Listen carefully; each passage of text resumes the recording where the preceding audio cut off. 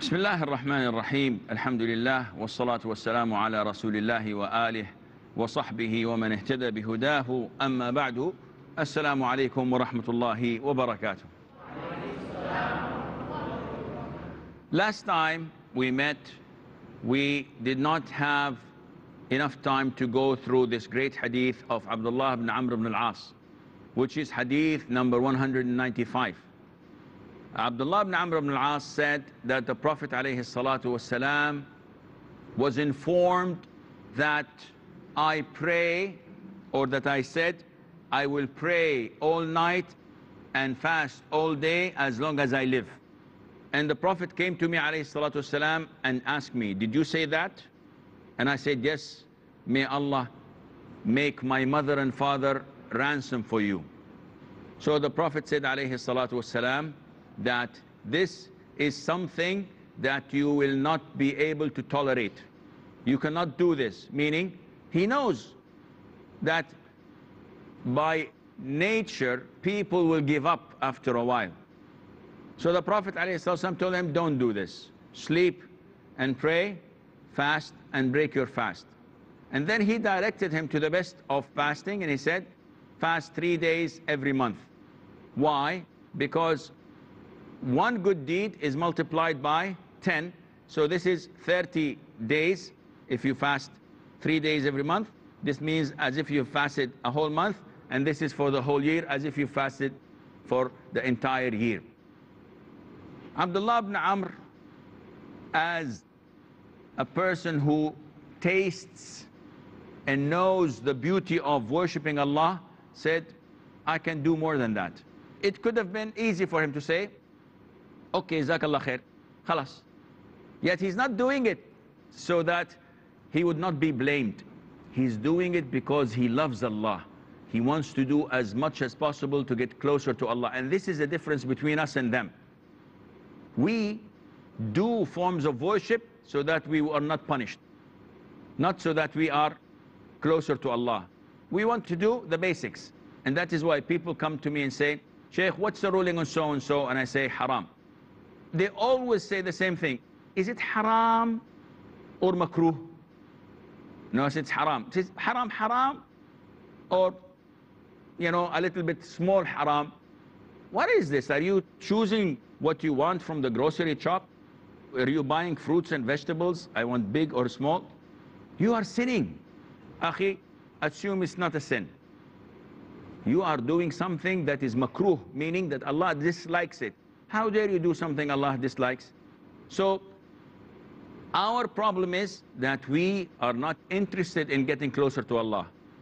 Our problem is that we just want to be on the bottom. And that's why a lot of the ignorant people say in Arabia, I don't know if they say it here as well, when we say, or when they ask Allah to enter Jannah, or if you tell them, may Allah make you and I in Jannah, he said, I am satisfied if they put me next to the doorsteps near the shoes in Jannah. I don't want to be in paradise.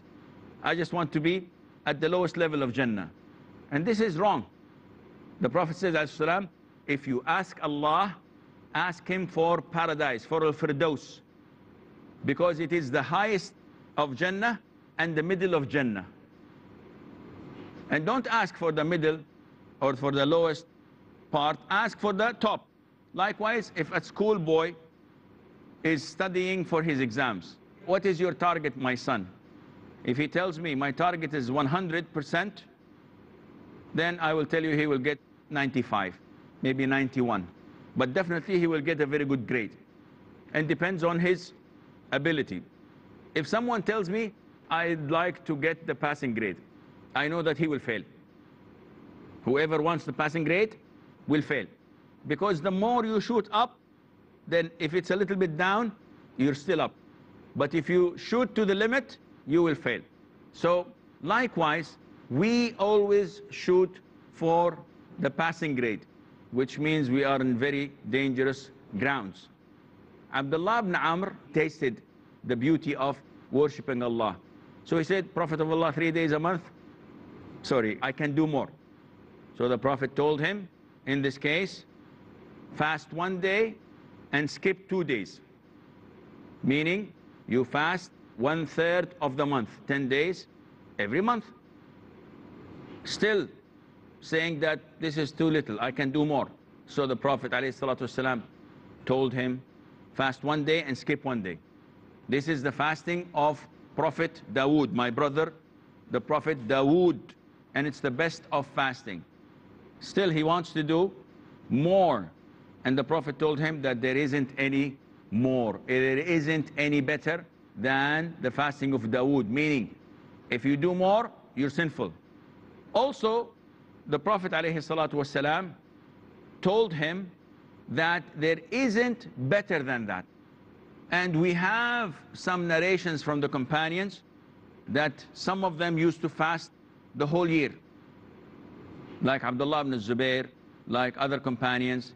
So how can we balance? Some scholars say we can't balance. The Prophet saying ﷺ is fixed, and this is what should be followed. Okay, how do we justify the doings of the companions, may Allah be pleased with them? Well, either they did not hear of this hadith, and this is very possible. We've stated before a lot of the times that not all of the companions knew about every single sunnah. Not all of them, to the extent that, for example, when Umar ibn Khattab went to Sham, when he was the Khalifa, they heard that there is a plague in one of the cities. And so they stopped. Some of the companions said, don't you fear Allah? What are you afraid of? Are you afraid of dying? So why did you go out in the first place? Wasn't it to go for jihad and die in the cause of Allah? So why are you afraid of the plague? Others said, no, we can't throw ourselves in harm's way. And they didn't know what to do until Abdul Rahman ibn Auf, who was answering the call of nature somewhere far, and then he came. He said, what are you disputing over? And they told him that we don't know what to do.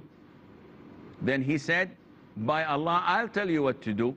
I heard the Prophet ﷺ say, if you heard of a city where it has been in plague, there is plague in it, do not enter it. And if the plague comes into a city, you are in it, do not leave it. What do we call this nowadays? Quarantine. This is the quarantine that the Prophet instructed ﷺ. Don't go in, and no one goes out. You have to surround the city. This is the quarantine that must be implemented so that the plague does not spread out. And Umar, may Allah be pleased with him, and all of those who were with him did not hear the hadith before. And there are so many other similar situations.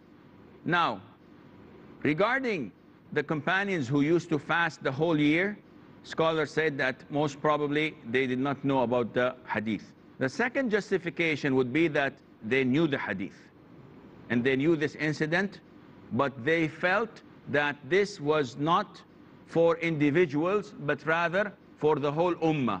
However, individuals who were capable of fasting the whole year and were so strong to do this, they were exempted from following this hadith. Nevertheless, as for us, we stick with the hadith of the Prophet ﷺ, and we say it is not permissible at all for anyone to exceed fasting more than half of the year. So you have to fast 1 day and skip 1 day. You cannot fast more than that.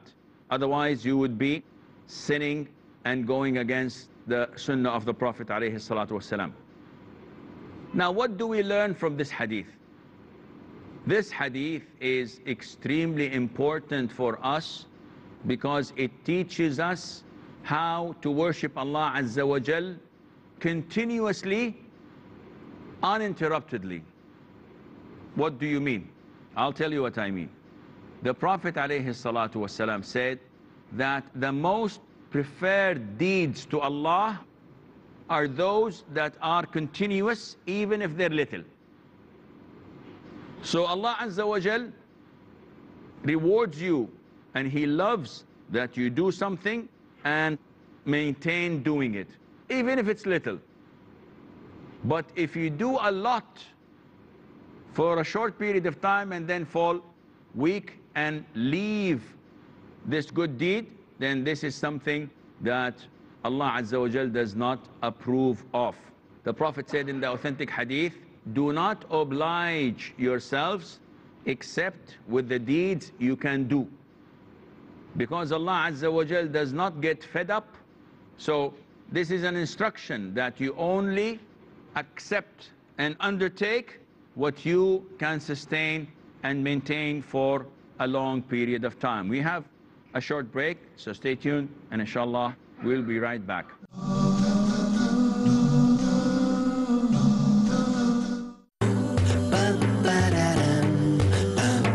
Zain, Bhika and Daud Wansby Ali. Hey kids, time is very precious. This life is a gift from Allah. Utilize this gift for here and hereafter. Enjoy this gift in the light of the Quran and Hadith. Enjoy Islam with us, Zain and Dawood. Enjoying Islam with Zain and Daud every Monday at 7:30 p.m. and repeat telecast at 10:30 a.m. India on Peace TV. Marriage or divorce? What's Islamic ruling? Nikah. Solution or problem? Heaven or hell? There is a misconception. You choose. Beauty, wealth, family status, virtue. Decide what you want. Decide your choice. Be sad or be happy. It's your choice. Join Dr. Zakir Naik in Better Half or Bitter Half next on Peace TV.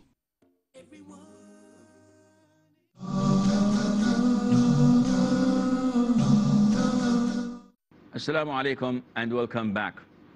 So, Sunnah is to maintain a particular form of deed until the end of your life and not go down, but you can go more. And the Prophet said alayhi salatu wassalam to Abdullah ibn Amr ibn al-As that you should take it easy on yourself. Abdullah ibn Amr ibn al-As said at the end of his life when he got old, imagine what he said, I wish I took the Prophet's alayhi salatu wassalam permission.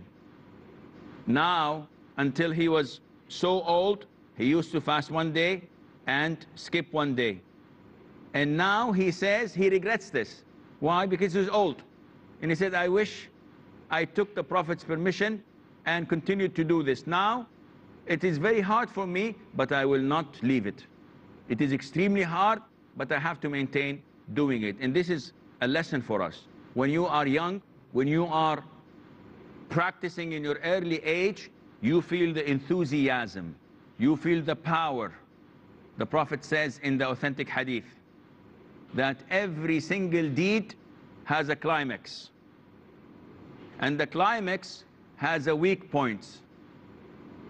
So whoever his weak points or the down slope, the downhill process is to my sunnah, then he has been guided. But whoever his down slope or downhill process is to other than my sunnah, then he has gone astray. What does this mean? Scholars say that this is an important hadith, especially for us, so that we maintain steadfast on Islam. Whenever you pick something, whenever you start to do something, you find that you have a lot of energy, whether in Islam or in non-Islamic activities.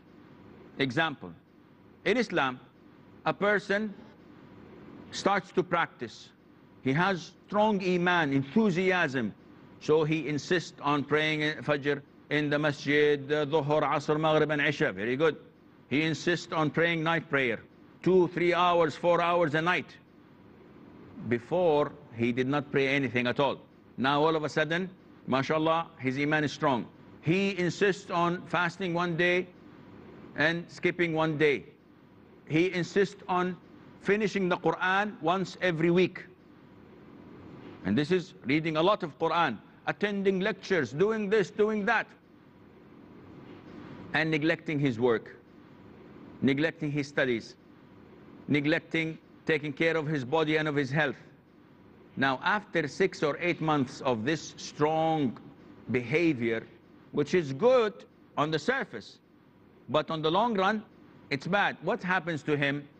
The Prophet says that the climax has a downhill process, which means that you will start to lose interest a bit by bit, bit by bit, until you reach a very low level. The Prophet says, whoever is downhill to my sunnah, he is guided. What does that mean? Means that if you, instead of praying 4 hours night prayer, you feel very tired of it after a while, you start to say, okay, I will just pray shafa and witr only. Then this is sunnah, no problem. If he, instead of fasting a day and skipping a day, he said, no, I will just only fast Ramadan, not play in any day of Ramadan, and maybe Ashura, and maybe Arafah, maybe, not necessarily. And instead of attending all lectures and reading so much Quran, he reads only 1 juzu. So every month he finishes the Quran once. This is the minimum. This is his sunnah. The Prophet says he's guided. The other one who is led astray is the one who does not pray night prayer at all. Khalas, he leaves even witr. He does not pray Fajr on time in the masjid. He prays it after sunrise. He does not fast all days of Ramadan. He skips a day or 2. He makes sins. So after the climax, he went really downhill and he reached the bottom. And this was led astray. You have a climax, watch out. If you can maintain it, do it. If you cannot, go a little bit down. Take something that suits you, that you know you can be maintaining it for a long time. And this hadith is extremely important because it talks about human nature. I know brothers who were committed in the very beginning. MashaAllah, tabarakallah, strong iman, masjids, lectures. Students of knowledge who were strong in their knowledge, strong in their practice, very proud of their religion. After a while, when the dunya is opened, people are requesting them to be a little bit lenient, be a little bit soft. All of a sudden, the beard was shrunk. As if they washed it so many times, it became up to the skin. Sheikh, what is this?